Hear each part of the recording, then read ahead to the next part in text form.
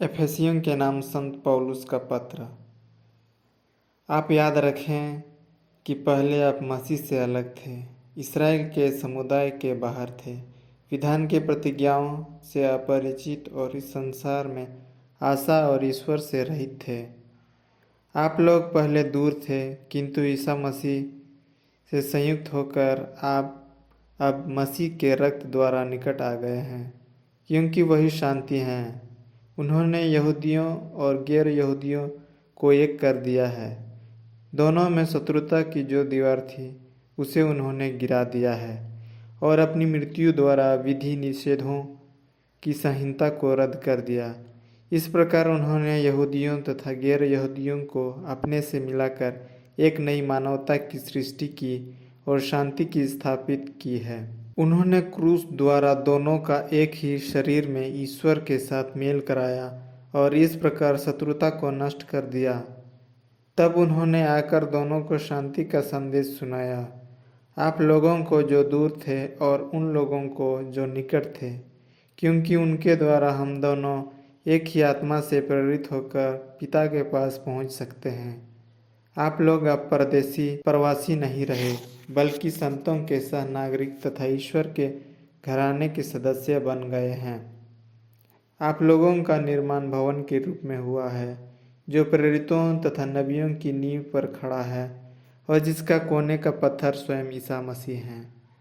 उन्हीं के द्वारा समस्त भवन संगठित होकर प्रभु के लिए पवित्र मंदिर का रूप धारण कर रहा है।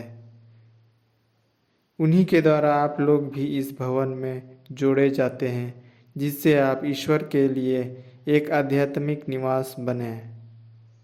प्रभु की वाणी। भजन। प्रभु अपनी प्रजा को शांति का संदेश सुनाता है।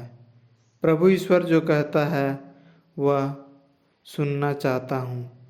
वह अपनी प्रजा को, अपने भक्तों को शांति का संदेश सुनाता है, जिससे वे फिर कभी पाप नहीं करें। उसके श्रद्धालु भक्तों के लिए मुक्ति निकट है। उसकी महिमा हमारे देश में निवास करेगी। भजन। प्रभु अपनी प्रजा को शांति का संदेश सुनाता है। दया और सच्चाई, न्याय और शांति ये एक दूसरे से मिल गए। सच्चाई पृथ्वी पर पनपने लगी, न्याय स्वर्ग से दया दृष्टि करता है। भजन।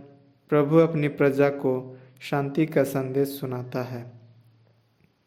प्रभु हमें सुख शांति देता है और पृथ्वी अपनी फसल उत्पन्न करती है। न्याय प्रभु के आगे आगे चलता है और शांति उसका अनुगमन करती है। भजन। प्रभु अपनी प्रजा को शांति का संदेश सुनाता है। संत लूकास के अनुसार पवित्र सुसमाचार। तुम्हारी कमर कसी रहे और तुम्हारे दीपक जलते रहें। तुम उन लोगों के सदृश बन जाओ जो अपने स्वामी की राह देखते रहते हैं कि वह बारात से कब लौटेगा, ताकि जब स्वामी आकर द्वार खटखटाए तो वे तुरंत ही उसके लिए द्वार खोल दें। धन्य है सेवक जिन्हें स्वामी आने पर जागता हुआ पाएगा। मैं तुमसे यह कहता हूँ, वह अपनी कमर कसेगा, उन्हें भोजन के लिए बैठाएगा और एक एक को खाना परोसेगा। और धन्य है वे सेवक जिन्हें स्वामी रात के दूसरे या तीसरे पहर आने पर उसी तरह जागता हुआ पाएगा। ख्रिस्त का सुसमाचार।